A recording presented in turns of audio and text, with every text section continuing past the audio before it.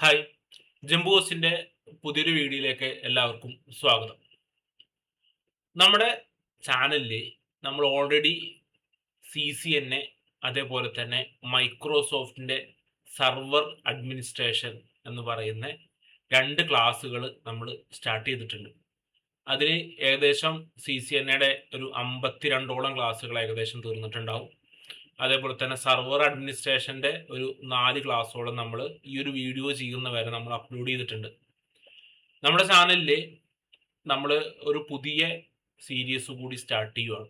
അപ്പോൾ ഇതും കൂടെ തുടങ്ങുമ്പോൾ മൊത്തം 3 ക്ലാസ്സുകളാകും. ഒന്ന് CCNA ആകും, രണ്ടാമത്തത് മൈക്രോസോഫ്റ്റിൻ്റെ സർവർ അഡ്മിനിസ്ട്രേഷൻ ആകും, മൂന്നാമത്തത് നമ്മളിപ്പോൾ ഈ ചെയ്യാൻ പോകുന്ന ഈ ഒരു കോഴ്സും ആകും. നിങ്ങൾ തംബ്നെയിലിൽ കണ്ടിട്ടുണ്ടാവും ക്ലാസ് എന്താണ് എന്നുള്ള കാര്യങ്ങളൊക്കെ. അപ്പോൾ ഞാൻ ആദ്യം ഒരു കാര്യം പറയാം. ഇപ്പോൾ നമ്മളൊരു IT കരിയർ ബിൽഡ് ചെയ്യുമ്പോൾ നമ്മൾ ഓരോ സ്റ്റെപ്പ് വൈസ് ആയിട്ട് ബിൽഡ് ചെയ്യുന്നതാണ് എപ്പോഴും നല്ലത്. അത് ഞാൻ പല വീഡിയോകളിലും ഇതിനു മുമ്പുള്ള വീഡിയോകളിലൊക്കെ പറഞ്ഞിട്ടുണ്ട്. ഇപ്പോൾ നെറ്റ്വർക്കിംഗ് മേഖലയിലൊക്കെ നിങ്ങൾ ജോലി നോക്കാൻ താല്പര്യപ്പെടുന്നവരാണ്, അല്ലെങ്കിൽ നിങ്ങളൊരു IT മേഖലയിലോട്ട് കിടക്കാവുന്നവരാണെങ്കിൽ അതിൽ നിങ്ങൾക്ക് വരാൻ പറ്റിയൊരു മേഖലയാണ് ഈ നെറ്റ്വർക്കിംഗ് എന്ന് പറയുന്ന മേഖല. ഈ നെറ്റ്വർക്കിംഗ് എന്ന് പറയുന്ന മേഖലയിൽ നമുക്ക് ജോലി കിട്ടണമെങ്കിൽ ഒരുപാട് കോഴ്സുകളുണ്ട്. ഇപ്പോൾ നെറ്റ്വർക്കിംഗ് എന്ന് പറയുന്നത് ഒറ്റൊരു കോഴ്സല്ല. ഇപ്പോൾ നമുക്കറിയാലോ, സോഫ്റ്റ്വെയർ ഡെവലപ്മെൻറ്റിൽ തന്നെ ഒരുപാട് ടൂളുകളുണ്ട്. അല്ലെങ്കിൽ അങ്ങനെ ഇപ്പോൾ അക്കൗണ്ടിങ് എന്ന് പറയുന്ന കോഴ്സിൽ ഒരുപാട് സോഫ്റ്റ്വെയർസ് ഉണ്ട്. ഇപ്പോൾ ടാലി ഉണ്ട്, സേജ് 50 ഉണ്ട്, ക്യൂബി ഉണ്ട്, സാപ്പ് ഉണ്ട്, SAP, അങ്ങനെ ഒരുപാട് കോഴ്സുകളില്ലേ. അപ്പോൾ ഈ പറയുന്ന നെറ്റ്വർക്കിംഗ് മേഖലയിലും ഒരുപാട് കോഴ്സുകളുണ്ട്. പലരും പല കോഴ്സുകൾ എടുത്ത് പഠിക്കുന്നുണ്ട്. നിങ്ങൾ ആദ്യം അറിയേണ്ട ഒരു കാര്യം, നമ്മുടെ IT മേഖലയിൽ നെറ്റ്വർക്കിംഗ് ഫീൽഡിൽ നിങ്ങളുടെ കരിയർ ഗ്രോത്ത് ചെയ്യുമ്പോൾ നിങ്ങൾ സ്റ്റെപ്പ് വൈസ് ആയിട്ടാണ് നിങ്ങൾ ഗ്രോത്ത് ചെയ്യേണ്ടത്. ആദ്യം നമ്മൾ പഠിക്കേണ്ട ഒരു ഫണ്ടമെൻ്റൽ കോഴ്സാണ് നമ്മൾ ആദ്യം നമ്മുടെ ചാനലിൽ തുടങ്ങിയിട്ടുള്ളത്. അത് CCNA എന്ന് പറയുന്നതായിരുന്നു. നെറ്റ്വർക്കിൻ്റെ ഏറ്റവും ബേസിക് ആയിട്ട് നെറ്റ്വർക്കിംഗ് മേഖലയിൽ ജോലിക്ക് വേണ്ടി അപ്ലൈ ചെയ്യുന്നവർക്ക് സ്റ്റാർട്ട് ചെയ്യാൻ പറ്റിയൊരു കോഴ്സായിരുന്നു ഈ പറയുന്ന CCNA എന്നുള്ളത്.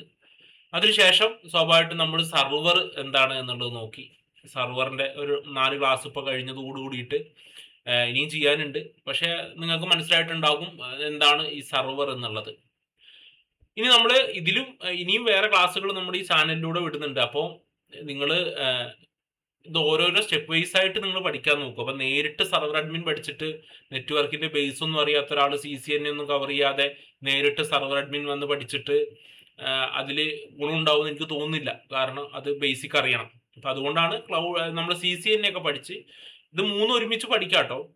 നിങ്ങൾക്ക് ഓരോ ദിവസം ഓരോ വീഡിയോസൊക്കെ കണ്ടിട്ട് 3 ഒരുമിച്ച് കൊണ്ടുപോകാം. അതുകൊണ്ടാണ് ഞാൻ 3 ഒരുമിച്ച് സ്റ്റാർട്ട് ചെയ്യാതെ ആദ്യം ബേസിക് CCNA കുറച്ചുകൊണ്ട് സ്റ്റാർട്ട് ചെയ്തിട്ട് പിന്നെ സർവർ അഡ്മിനിസ്ട്രേഷൻ സ്റ്റാർട്ട് ചെയ്തത്. അങ്ങനെ സർവർ അഡ്മിനിസ്ട്രേഷൻ 3-4 ക്ലാസ് കഴിഞ്ഞപ്പോഴാണ് നമ്മൾ ഇന്ന് എടുക്കാൻ പോകുന്ന ക്ലാസ് സ്റ്റാർട്ട് ചെയ്യുന്നത്. നമ്മുടെ ക്ലാസ് ക്ലൗഡിനെ കുറിച്ചാണ്. അപ്പോൾ ക്ലൗഡിനെ കുറിച്ച് പറയുമ്പോൾ ഏത് ക്ലൗഡ് തുടങ്ങണം എന്നുള്ളത് ഞാൻ തീരുമാനിച്ചിട്ടില്ല. ഞാൻ ഈ വീഡിയോ പറയുമ്പോൾ അവസാനം ഞാൻ പറഞ്ഞുതരാം നിങ്ങൾക്ക് ഏത് ക്ലൗഡാണ് പഠിക്കേണ്ടത്. നിങ്ങളുടെ കമൻറ്റും കാര്യങ്ങളൊക്കെ നോക്കിയിട്ടാണ് ഏത് ക്ലൗഡാണ് സ്റ്റാർട്ട് ചെയ്യുക എന്നുള്ളത്. അപ്പോൾ ഇത് ക്ലൗഡ് കമ്പ്യൂട്ടിങ്ങിൻ്റെ ഒരു ഫസ്റ്റ് ക്ലാസ് ആണ്. അപ്പോൾ നമുക്ക് നേരെ നമ്മുടെ വീഡിയോയിലോട്ട് പോവാം. അപ്പോൾ ക്ലൗഡ് എന്ന് പറഞ്ഞാൽ സാധാരണ നമുക്ക് ആകെ അറിയാവുന്ന ഒരു ക്ലൗഡ് ഒരു മേഘങ്ങളെയാണ്, ഒരു കൂട്ടം മേഘങ്ങളെ നമുക്ക് ക്ലൗഡ് എന്ന് വിളിക്കാം, അല്ലേ? എന്താണ് നെറ്റ്വർക്കിങ്ങിൽ വരുന്ന ക്ലൗഡ് കമ്പ്യൂട്ടിംഗ് എന്നുള്ളത് നോക്കാം. ഈ ക്ലൗഡ് കമ്പ്യൂട്ടിംഗ് എന്ന് പറയുന്നത് സ്വന്തം കമ്പ്യൂട്ടറിൽ സർവർ വാങ്ങുകയോ അല്ലെങ്കിൽ അത് പരിപാലിക്കുകയോ ചെയ്യാതെ ഇന്റർനെറ്റ് വഴി സർവറിനെയും സ്റ്റോറേജിനെയും ഡാറ്റാബേസും നെറ്റ്വർക്കും സോഫ്റ്റ്വെയറും തുടങ്ങിയ സേവനങ്ങൾ ഉപയോഗിക്കുന്നതാണ്. നമ്മുടെ മൈക്രോസോഫ്റ്റിന്റെ സർവർ അഡ്മിനിസ്ട്രേഷൻ എന്ന് പറയുന്ന കോഴ്സ് അല്ലേ ഇപ്പൊ നമ്മൾ ചെയ്തുകൊണ്ടിരിക്കുന്നത്. അതിൽ സർവർ എന്താണെന്ന് ഞാൻ പറഞ്ഞല്ലോ. ഒരു കമ്പനിയിൽ ഒരു സർവർ എന്ന് പറയുന്ന ഒരു സിസ്റ്റം വെക്കുകയും ആ കമ്പനിയിലെ ഡാറ്റാബേസിനെയും യൂസേഴ്സിനെ മാനേജ് ചെയ്യുന്നതും സെൻട്രലൈസ്ഡ് സെക്യൂരിറ്റി ഒക്കെ കൊടുക്കുന്നത് ആരാണ്? ഈ പറയുന്ന സർവർ എന്ന് പറയുന്ന കമ്പ്യൂട്ടറാണ്. അപ്പോൾ ഈ സർവറിനെ കുറിച്ച് പഠിക്കണോ അതോ ക്ലൗഡ് പഠിക്കണോ? എപ്പോഴും നല്ലത് സർവറിനെ കുറിച്ച് ആദ്യം നിങ്ങൾ നോർമൽ ആയിട്ടുള്ളൊരു സർവർ കോഴ്സ് പഠിച്ചതിന് ശേഷം അതിന് ശേഷം ക്ലൗഡ് പഠിക്കുന്നതാണ് നല്ലത്. കാരണം ഫിസിക്കൽ സെർവറിനെ കുറിച്ച് പഠിക്കാതെ നിങ്ങൾ നേരിട്ട് ക്ലൗഡ് പഠിക്കുന്നത് അത് നിങ്ങൾക്ക് ഒരു അബദ്ധമായിരിക്കും, നമ്മുടെ കരിയറിൽ നമ്മൾ ചെയ്യുന്ന ഒരു അബദ്ധമായിരിക്കും. അതുകൊണ്ടാണ് ഞാൻ പറയുന്നത്. അപ്പൊ സർവർ എന്താണ്? സർവർ എന്ന് പറയുന്നത് ഒരു സിസ്റ്റമാണ്, എല്ലാവരെയും മാനേജ് ചെയ്യുന്നതാണ്. അപ്പൊ ഈ സർവറിനെ മെയിൻറ്റെയിൻ ചെയ്യാൻ വേണ്ടിയിട്ട് ഒരു കമ്പനിയിൽ ഒരു വളരെ അധികം എക്സ്പെൻസ് കൂടുതലായിട്ട് വരും. കാരണം ഉദാഹരണമായിട്ട് ഇപ്പോൾ എനിക്കൊരു 50 യൂസേഴ്സിനെ വെച്ചിട്ട് ഒരു കമ്പനി സ്റ്റാർട്ട് ചെയ്യണം എന്ന് വിചാരിക്കാം. അപ്പോൾ എൻ്റെ സർവറിന്റെ അണ്ടറിൽ ആകെ 50 യൂസേഴ്സ് ആണ് വരുന്നത് എന്ന് വെച്ചാൽ 50 കമ്പ്യൂട്ടേഴ്സ് വരുന്നുണ്ട്, അതിന്റെ യൂസേഴ്സ് വരുന്നുണ്ട്. ഈ 50 സിസ്റ്റത്തിന്റെയും ഡാറ്റാസിനെയൊക്കെ മാനേജ് ചെയ്യുന്ന സർവറാണ്. ഒരു 1 ഇയർ ഒക്കെ കഴിഞ്ഞപ്പോൾ എൻ്റെ കമ്പനിയിൽ ഒരു 100 എംപ്ലോയി കൂടെ കൂടുതലായിട്ട് വന്നു. അപ്പം 150 എംപ്ലോയി ആയി. 150 എംപ്ലോയീസ് ആകുമ്പോൾ അതിനനുസരിച്ച് ഞാൻ എൻ്റെ സർവറിന്റെ ഹാർഡ്വെയർ റിക്വയർമെന്റ് അപ്ഗ്രേഡ് ചെയ്യേണ്ടതായിട്ട് വരും. ഉദാഹരണമായിട്ട് പറഞ്ഞു കഴിഞ്ഞാൽ റാം, ഇനിയിപ്പോൾ പ്രൊസസ്സർ അത് ലോഡ് താങ്ങുന്നില്ലെങ്കിൽ പ്രൊസസ്സർ വാങ്ങേണ്ട വരും, അതേപോലെ സ്റ്റോറേജ് വാങ്ങേണ്ട വരും, ഇതെല്ലാം വാങ്ങേണ്ട വരും. അങ്ങനെ എൻ്റെ സർവറിനെ ഞാനൊരു എമൗണ്ട് കൊടുത്തിട്ട് സർവർ അപ്ഗ്രേഡ് ചെയ്യേണ്ട വരും. പക്ഷെ ക്ലൗഡിൽ വരുമ്പോൾ നമ്മളിത് റെന്റിന് ഉപയോഗിക്കുന്ന പോലെയാണ്. നമുക്ക് സ്വന്തമായിട്ടൊരു സർവർ ഇല്ല. അപ്പൊ നമ്മൾ ജസ്റ്റ് വാടകയ്ക്ക് എടുത്തിട്ടാണ് ഒരു സർവർ സിസ്റ്റം വെക്കുന്നതെങ്കിൽ, ഇപ്പൊ ഞാൻ എൻ്റെ കമ്പനിയിൽ ഒരു സർവർ സിസ്റ്റം ഞാൻ റെന്റിനാണ് എടുക്കുന്നത്. അപ്പൊ ഞാൻ 1 കൊല്ലത്തേക്ക് റെന്റിന് എടുത്തു. ആ 1 കൊല്ലം കഴിഞ്ഞപ്പോൾ എനിക്ക് ആ റിക്വയർമെന്റ് പോരാന്ന് വന്നു. അപ്പൊ ഞാൻ റെന്റിന് എടുത്തതല്ലേ, ഞാൻ ആ സർവർ സിസ്റ്റം തിരിച്ചു കൊടുത്തിട്ട് വേറെ കുറച്ചും കൂടെ റെന്റ് കൂടിയ, കുറച്ചും കൂടെ കോൺഫിഗറേഷൻ കൂടിയത്, അപ്പൊ റെന്റും കൂടും. അങ്ങനെ റെന്റ് കൂടിയിട്ടുള്ള ഒരു സർവർ സിസ്റ്റം മേടിച്ചു എന്ന് വിചാരിക്കാം. അങ്ങനെ മേടിച്ചിട്ട് എനിക്ക് ഉപയോഗിക്കാം അല്ലെ. അതേപോലത്തെ ഒരു മെത്തേഡാണ് ഇവിടെയും. നമുക്ക് സ്വന്തമായിട്ട് സർവർ വെക്കാതെ നമ്മൾ ഇന്റർനെറ്റ് വഴി നമുക്ക് ഇതെല്ലാം ലഭ്യമാണ്. ഈ സർവർ ക്രിയേറ്റ് ചെയ്യാൻ പറ്റും ഇന്റർനെറ്റിൽ, ഒരു സ്പേസിൽ.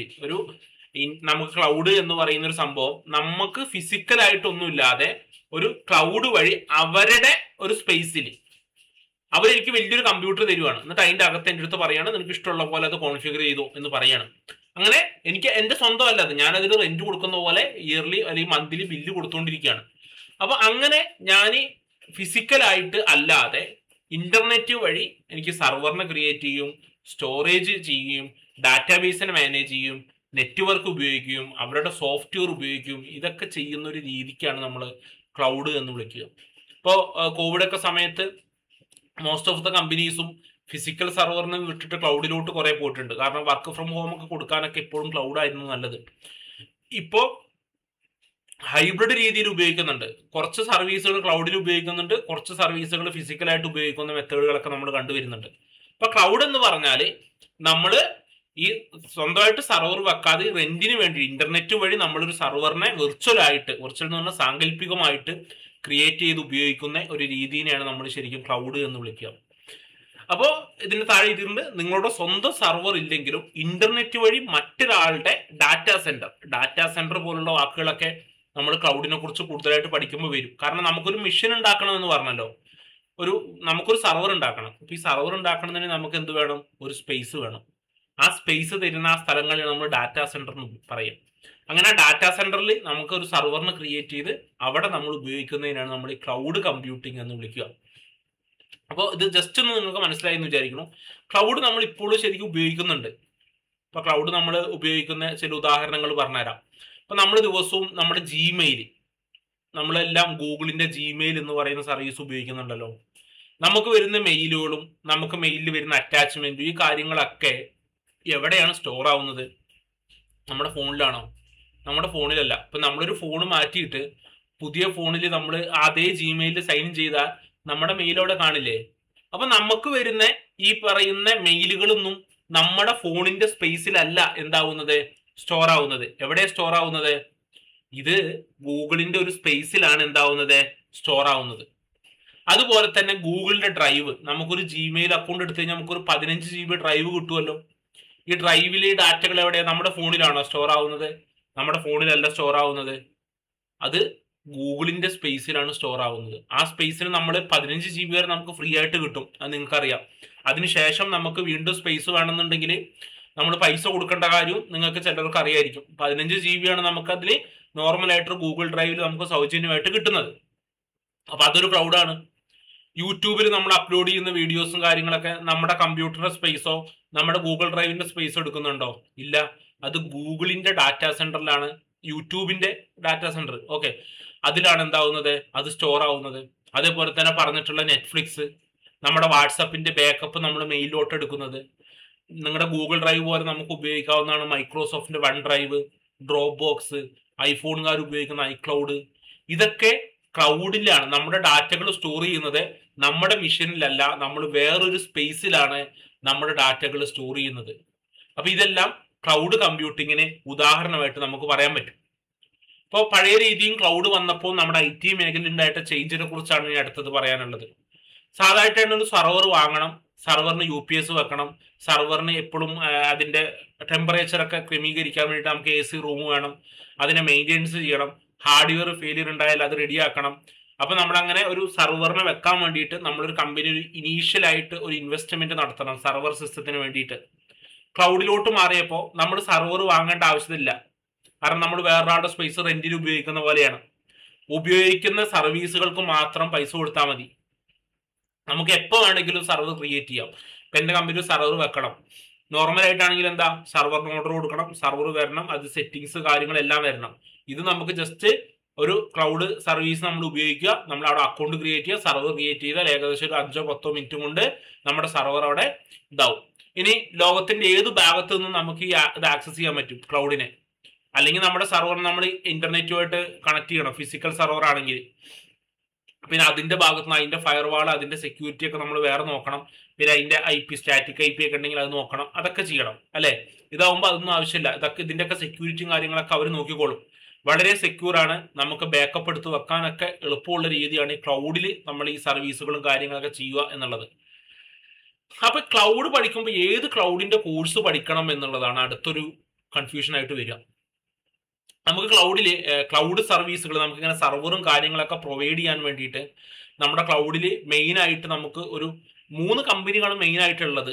ഒന്ന് AWS, നിങ്ങൾ ചിലവർ ക്ലൗഡിനെ കുറിച്ച് അറിയുന്നവർ കേട്ടിട്ടുണ്ടാവും, ആമസോണിന്റെ വെബ് സർവീസ് എന്ന് പറയുന്നത്.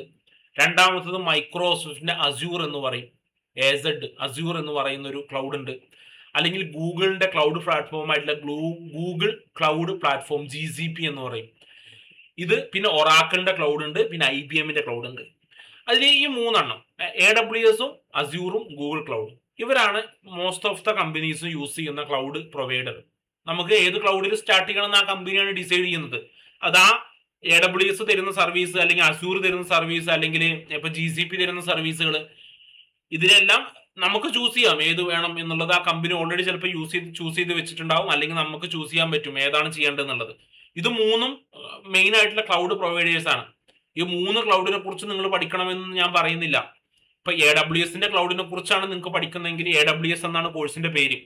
അത് പഠിച്ചാൽ AWSന്റെ ക്ലൗഡ് യൂസ് ചെയ്യുന്ന കമ്പനികളിലാണ് നമുക്ക് ജോലി കിട്ടുക. ഇപ്പൊ നമ്മൾ മൈക്രോസോഫ്റ്റിന്റെ സർവർ അഡ്മിനിസ്ട്രേഷൻ എന്ന് പറയുന്ന കോഴ്സ് ഉണ്ടല്ലോ, ഈ മൈക്രോസോഫ്റ്റിന്റെ സർവർ അഡ്മിനിസ്ട്രേഷൻ എന്ന് പറയുന്ന കോഴ്സ് പഠിച്ചാൽ മൈക്രോസോഫ്റ്റിന്റെ സർവർ ഉപയോഗിക്കുന്ന സ്ഥലങ്ങളിലാണ് നമുക്ക് ജോലി കിട്ടുക. ലിനക്സിന്റെ സർവർ അഡ്മിനിസ്ട്രേഷൻ പഠിച്ചു കഴിഞ്ഞാൽ ലിനക്സിന്റെ സർവർ യൂസ് ചെയ്യുന്നിടത്താണ് നമുക്ക് ജോലി കിട്ടുക. അതേപോലെ ആമസോണിന്റെ AWS ആണ് നമ്മൾ പഠിക്കുന്നതെങ്കിൽ ആമസോണിന്റെ ക്ലൗഡ് സർവീസ് എവിടെയൊക്കെ യൂസ് ചെയ്യുന്നു അവിടെയാണ് നമുക്ക് ജോലി കിട്ടുക. അല്ലെങ്കിൽ മൈക്രോസോഫ്റ്റിന്റെ അസ്യൂർ പഠിക്കാം, അല്ലെങ്കിൽ ഗൂഗിളിന്റെ ക്ലൗഡ് പ്ലാറ്റ്ഫോം എന്ന് പറയുന്ന ഈ 3 കോഴ്സിൽ ഏത് വേണമെങ്കിലും നമുക്ക് പഠിക്കാനായിട്ട് പറ്റും. ഇനി ക്ലൗഡ് പഠിച്ചാൽ നമുക്ക് എന്ത് ജോലി കിട്ടും എന്നുള്ളതാണ്. ഇപ്പൊ നമ്മൾ CCNA കാര്യം ഡിസ്കസ് ചെയ്തപ്പോഴും, അതുപോലെ മൈക്രോസോഫ്റ്റിന്റെ സർവർ അഡ്മിനിസ്ട്രേഷൻ എന്ന് പറയുന്നത് നമുക്ക് ഡിസ്കസ് ചെയ്തപ്പോഴും നമ്മൾ നോക്കിയിരുന്നു എന്ത് ജോലിയാണ് നമുക്ക് കിട്ടുക എന്നുള്ളത്, ഏത് പോസ്റ്റിലോട്ടാണ് നമ്മൾ അപ്ലൈ ചെയ്യുക എന്നുള്ളത് അല്ലെ.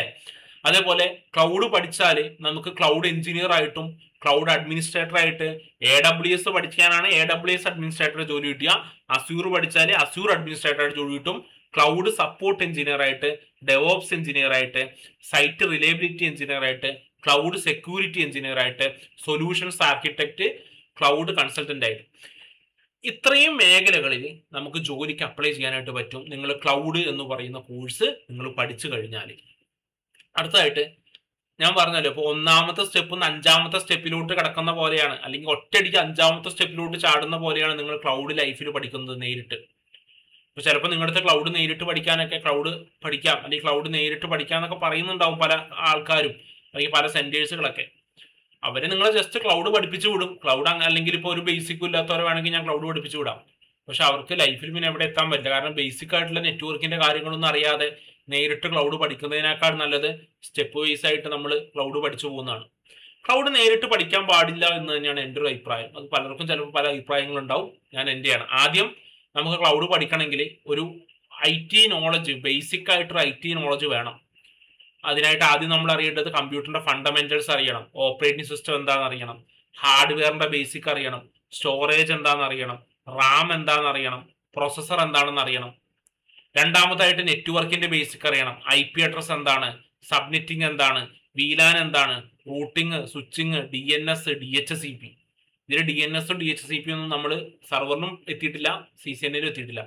എത്തും. CCNA പഠിക്കുന്നത് വളരെ നല്ലതാണ്. ഈ നെറ്റ്വർക്കിന്റെ ഈ ബേസിക് ആയിട്ടുള്ള കൺസെപ്റ്റുകളില്ലേ, IP അഡ്രസ്സും സബ്നെറ്റിങ്ങും VLANഉം റൂട്ടിങ്ങും സ്വിച്ചിങ്ങും DNSഉം DHCP, ഇതൊക്കെ CCNAയുടെ ബേസിക്കിൽ പഠിക്കുന്നില്ലേ. അപ്പൊ CCNA പഠിച്ചാൽ വളരെയധികം ഉപകാരമാണ് ഈ ക്ലൗഡ് പഠിക്കുന്നത് എന്നാണ് പറയുന്നത്. പിന്നെ ഓപ്പറേറ്റിംഗ് സിസ്റ്റം, സർവർ ഓപ്പറേറ്റിംഗ് സിസ്റ്റത്തെ കുറിച്ച് നമുക്കൊരു അറിവുണ്ടായിരിക്കണം. വിൻഡോസിന്റെ സർവർ, അതിന് വേണ്ടിയിട്ട് നമ്മൾ സർവർ അഡ്മിനിസ്ട്രേഷൻ എന്ന് പറഞ്ഞ കോഴ്സ് പഠിക്കുന്നുണ്ട് മൈക്രോസോഫ്റ്റിന്റെ. അല്ലെങ്കിൽ ലിനക്സിന്റെ സർവർ, RHCSA അല്ലെങ്കിൽ RHCE എന്ന് പറയുന്ന കോഴ്സ് ഉണ്ട്. അതിൽ ലിനക്സിന്റെ സർവർ ആയിട്ടുള്ള റെഡ് ഹാറ്റ് ആയിരിക്കും ഉപയോഗിച്ചിട്ടുണ്ടാവുക. അപ്പൊ അതിനെക്കുറിച്ച് അറിയുന്നവരാണെങ്കിൽ അത് ഇത് രണ്ടും, അല്ലെങ്കിൽ സർവറിനെ കുറിച്ച് ഒരു വ്യക്തമായിട്ടൊരു ധാരണ ഉണ്ടായിരിക്കണം എന്താണ് സർവർ എന്നുള്ളതൊക്കെ.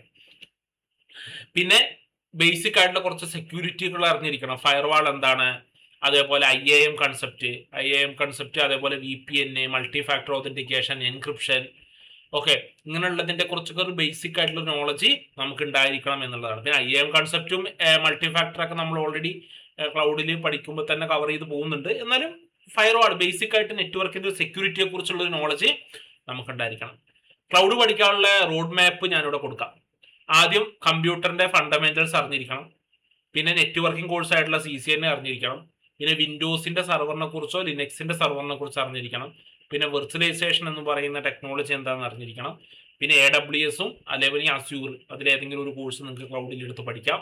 അതേപോലെ ക്ലൗഡ് സെക്യൂരിറ്റി, പിന്നെ ടെറാഫോം, ഡോക്കർ, കുബെർനെറ്റ്സ്, അതേപോലെ തന്നെ ഡെവോപ്സ് വരെ നമുക്കിങ്ങനെ ക്ലൗഡ് പഠിച്ച് നമുക്ക് പോകാവുന്നതാണ്. അപ്പം നമ്മളിപ്പോഴും ഏത് കോഴ്സ് പഠിക്കണം? 2 കോഴ്സാണ് നമുക്ക് ഇതിന് മെയിൻ ആയിട്ട് പഠിക്കാനുണ്ടാവുക ക്ലൗഡിലോട്ട് വരുമ്പോൾ. ഇപ്പോൾ നിങ്ങൾ ക്ലൗഡാണ് പഠിക്കുന്നതെന്ന് ചോദിച്ചു കഴിഞ്ഞാൽ ക്ലൗഡിൽ ഏതാ പഠിക്കുന്നതെന്ന് ചിലർ ചോദിക്കും. ഞാൻ ക്ലൗഡാണ് പഠിക്കുന്നതെന്ന് പറഞ്ഞാൽ ഒന്നുമില്ലെങ്കിൽ AWS പഠിക്കേണ്ടത്, അല്ലെങ്കിൽ അസ്യൂറാണ് പഠിക്കേണ്ടത്. AWS എന്ന് പറഞ്ഞാൽ ആമസോൺ വെബ് സർവീസ് എന്നുള്ളതാണ്. ഇത് ആമസോണിന്റെ ക്ലൗഡ് നെറ്റ്വർക്കിംഗ് ആണ്. ഈ AWSന്റെ പ്രത്യേകത, ലോകത്തെ ഏറ്റവും കൂടുതൽ കമ്പനികൾ ഉപയോഗിക്കുന്നത് ഈ AWSന്റെ ക്ലൗഡാണ്.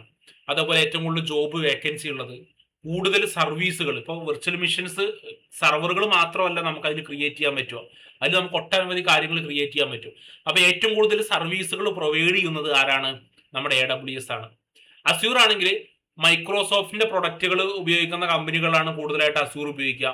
വിൻഡോസിന്റെ നമ്മളിപ്പോൾ പഠിച്ചുകൊണ്ടിരിക്കുന്ന മൈക്രോസോഫ്റ്റിന്റെ സർവർ അഡ്മിനിസ്ട്രേഷൻ പഠിക്കുന്നവർക്ക് ഈ അസ്യൂർ പഠിക്കാൻ വളരെ എളുപ്പമാണ്. പിന്നെ വലിയ കോർപ്പറേറ്റ് കമ്പനികളിലൊക്കെ കൂടുതലായിട്ട് ഉപയോഗിക്കുന്നത് ഏതാണ്? അസ്യൂർ ആണ് എന്നുള്ളതാണ്. നിങ്ങൾക്ക് സാധാരണ ഒരാൾക്ക് ക്ലൗഡ് പഠിക്കാൻ നമുക്ക് എത്ര സമയം വേണം? നമുക്ക് സാധാരണ ഒരു നെറ്റ്വർക്കിന്റെ ബേസിക് ഒക്കെ അറിയാവുന്ന ഒരാളാണെന്നുണ്ടെങ്കിൽ നമുക്ക് ഏകദേശം 2 മാസം മുതൽ 3 മാസം വരെ നമുക്കൊരു ക്ലൗഡ് പഠിക്കാം. ഇനി നെറ്റ്വർക്കിന്റെ ബേസിക് ഒന്നും അറിയില്ല, നമ്മൾ നേരത്തെ പറഞ്ഞ പോലുള്ള കോഴ്സുകളൊന്നും നിങ്ങൾക്ക് അറിയില്ല എന്നുണ്ടെങ്കിൽ നിങ്ങൾ ഏകദേശം ഒരു 6 മാസം മുതൽ 8 മാസം വരെ നിങ്ങൾക്ക് എടുത്തുകൊണ്ട് നിങ്ങൾക്ക് ക്ലൗഡ് പഠിക്കാൻ പറ്റും. ഡെയിലി പ്രാക്ടീസ് നമുക്ക് നിർബന്ധമാണ് ക്ലൗഡ് പഠിക്കാൻ. ക്ലൗഡ് പഠിക്കാൻ വേണ്ട സ്കില്ലുകൾ ഞാൻ ഒന്നും കൂടെ ജസ്റ്റ് പറഞ്ഞു പോയിട്ടുണ്ട്.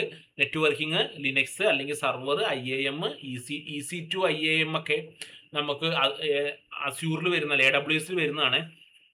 സ്റ്റോറേജും കാര്യങ്ങളൊക്കെയാണ്.